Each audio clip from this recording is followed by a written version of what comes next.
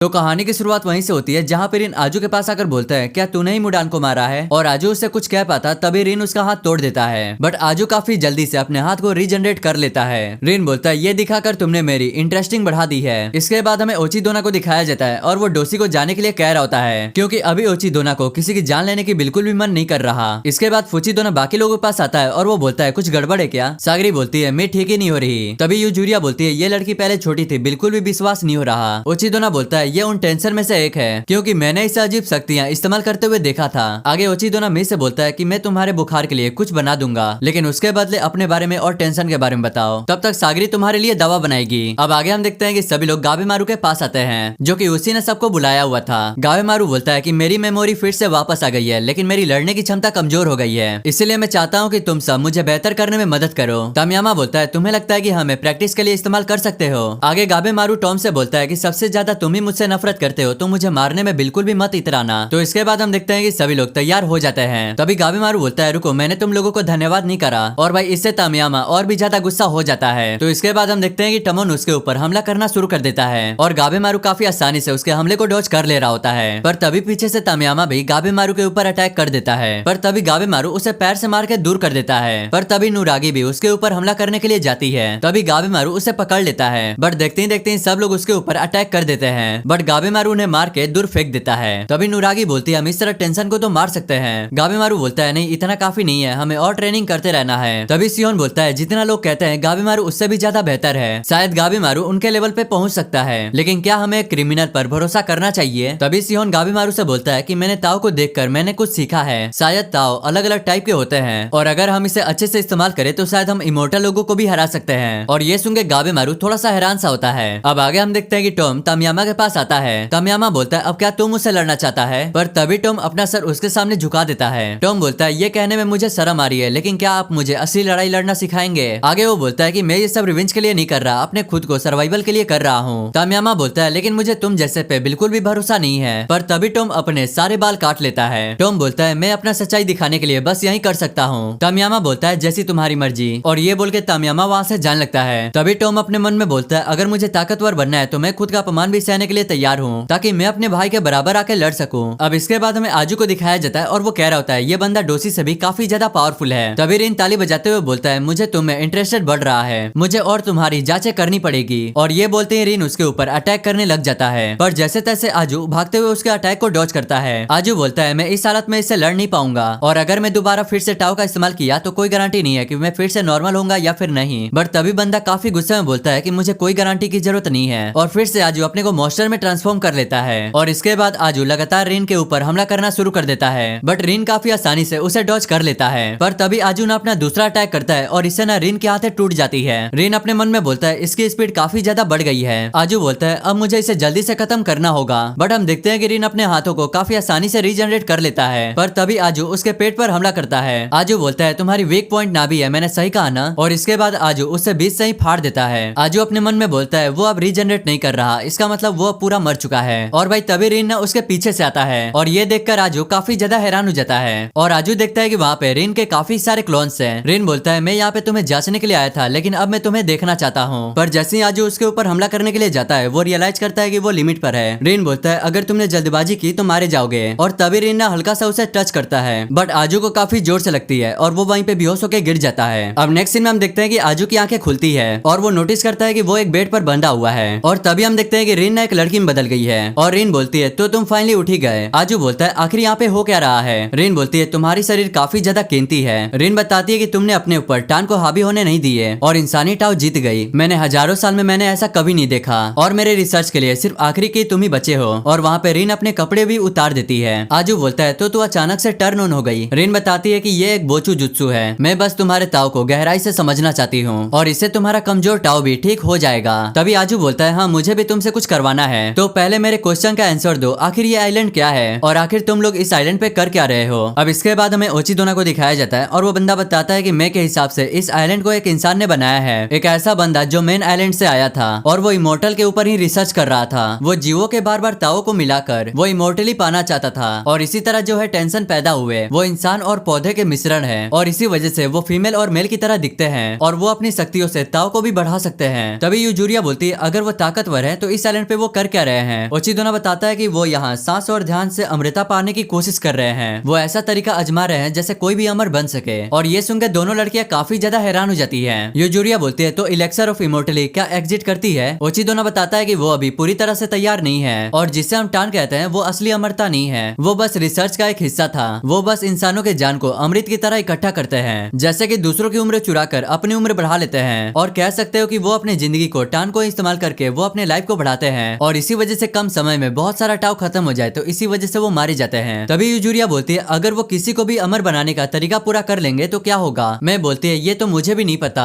तभी मैं बोलती है ये शायद ग्रैंड मास्टर सूफू की मर्जी से हो रहा है। यूजुरिया बोलती है अब ये सूफू कौन है। ओचिदोना बोलता है ये वही बंदा है जिसने इस आइलैंड को और टेंशन को बनाया है और वो बंदा 3000 बच्चों के साथ अमृता के खोज में निकला हुआ था, लेकिन वो अचानक से सभी लोग गायब हो गए और मुझे लगता है कि वो बंदा 1000 साल पहले का इंसान है और वो आज भी इस आइलैंड पे रिसर्च कर रहा है। और हम देखते हैं कि यहाँ पे रिन की भी बात खत्म हो जाती है। आजा बोलता है तो तुम जैसे राक्षसों को इंसान ने बनाया है। रिन बोलती है हाँ तुमने सही कहा, हमारे जैसे हर एक को एक मकसद के लिए बनाया गया है। हम ग्रैंड मास्टर के टाव और फूल के मिस्टर से बने हुए हैं। आजा बोलता है ये तो सच में काफी ज्यादा आसान है। रिन बोलती है ये बिल्कुल भी आसान नहीं है, ताव ही जीवन का जड़ है। ये धूल की तरह हर जगह है और चीजों को आकार देता है, जैसे कि वो अगरबत्ती की खुशबू और हवा ताव का ही रूप है। इसलिए ताव को कंट्रोल करना दुनिया के कुदरत को नियमों को बदलना है, लेकिन निर्जीव चीजों के मुकाबले जिंदगी को कंट्रोल करना मुश्किल है। इसलिए तुम्हारा ताव हमारे लिए काफी ज्यादा इंपॉर्टेंट है और इसीलिए मैं इस पे रिसर्च करना चाहती हूँ। आजू बोलता है तो तुम मुझ पे एक्सपेरिमेंट करना चाहती हो और जो इस आइलैंड पे है उन्हें इलेक्सर ऑफ इमोर्टली बना दोगे। रिन बोलती है ऐसा बिल्कुल भी नहीं है। रिन बताती है कि हमने जो है तैयारी कर ली है, बस हमें एक परफेक्ट टान चाहिए और अगर तुम हमारी मदद करोगे तो हम तुम्हें अपने साथ मिला लेंगे। आजू अपने मन में बोलता है इसने तो मुझे फंसा दिया और इस हालत में मैं इसे मार भी नहीं सकता और मैं भाग भी नहीं सकता। तो आजू बोलता है तो मैं तुम्हारे साथ परफॉर्मेंस करने के लिए तैयार हूँ, लेकिन मुझे नीचे रहना बिल्कुल भी पसंद नहीं है। और रिन भी वहाँ पे एंजॉय कर रही होती है और ये सब आजू अपने भाई के लिए कर रहा है। रिन बोलती है जैसे मैंने सोचा था तुम्हारा तोवा काफी ज्यादा कमाल का है। तो अब नेक्स्ट सीन में यूजुरिया बोलती है तो ये साफ है कि ये सब जोकुफू के वजह से हो रहा है, पर तभी अचानक से मैं नीचे गिर जाती है। ओचिदोना बोलता है अब इसका क्या मतलब हुआ और हम देखते हैं कि मैं की हाथ लकड़ी में बदल रही होती है। मैं बताती है कि जब मैं ताव का इस्तेमाल करती हूँ तो मैं पेड़ में बदलने लगती हूँ और अब मैं खुद को भी ठीक नहीं कर सकती। यूजुरिया बोलती है जैसे हमने गावीमारू के ताव को ठीक किया वैसे तुम्हारे भी ताव हम ठीक कर सकते हैं। मैं बोलती है नहीं हम ऐसा नहीं कर सकते क्योंकि रिन ने मेरे जड़ को तोड़ दिया है। सागरी बोलती है ये रिन कौन है। मैं बताती है कि मैं और रिन सूफू के बनाए हुए पहले स्टूडेंट थे, लेकिन रिन अचानक से चेंज हो गई और वो इमोटली के लिए काफी लोगों को मारा। फिर मैंने उसे रोकने की कोशिश की लेकिन वो नहीं रुकी। फिर उसने मुझे टॉर्चर करना शुरू कर दिया, लेकिन मैं वहाँ से कैसे भी करके भाग निकली। तो यहाँ पे बाकी लोग काफी ज्यादा चिंता में होते हैं कि अगर हमने कुछ नहीं किया तो ये मर जाएगी। तभी वहाँ पे होकू बोलता है कि तुम मेरा टाव इस्तेमाल करो क्योंकि टेंशन लोगों को टाव के ऊपर पूरा कंट्रोल मिलता है, वो दूसरों का ताव निकाल कर अपना बना सकते हैं। ओचिदोना बोलता है क्या वो ऐसा कर सकते हैं। तभी सागरी बोलती है लेकिन तुम्हारा क्या। तभी वहाँ पे होकू बोलता है कि तुम मेरी चिंता मत करो, बट मैं उसे मना करने लगती है कि मैं ऐसा नहीं कर सकती। तभी होकू बोलता है अगर तुमने ऐसा किया तो मेरी सजा माफ हो जाएगी। ओचिदोना बोलता है सजा, कैसी सजा। इसके बाद होकू बताता है कि मेरी एक वाइफ और एक डॉटर थी, लेकिन वो दोनों मेरे सामने पेड़ बन गए और धीरे धीरे सारे गाँव वाले भी पेड़ बन गए और मैं अकेला रह गया था। फिर वो पल आया जब मेरी मुलाकात मी से हुई, जो वो काफी ज्यादा छोटी थी। वो उस टाइम बस मेरी बेटी जैसी दिख रही थी। मुझे पता था कि उसमें कुछ अलग है और वो इस आइलैंड को छोड़ना चाहती है, लेकिन मैंने इस चीज को इग्नोर किया ताकि हम एक फैमिली की तरह रह सके। तो प्लीज इसके लिए मुझे माफ कर दो, मैंने तुम्हें अपने बेटी की तरह देखा और इसे सुधारने का सिर्फ मेरे पास आखिरी मौका है, तुम मेरे लाइफ का इस्तेमाल करो। तभी मैं रोते हुए बोलती है कि वो कोई झूठ नहीं था, हम उस टाइम असली एक परिवार की तरह थे, एकदम बाप बेटी की तरह। और तभी वहाँ पे मी अपने मैजिक का इस्तेमाल करती है और हम देखते हैं कि वो फिर से छोटी हो जाती है और वो मन में अपने डैड को अलविदा करती है। और इसी साथ यहीं पे ये वाला एपिसोड एंड हो जाता है।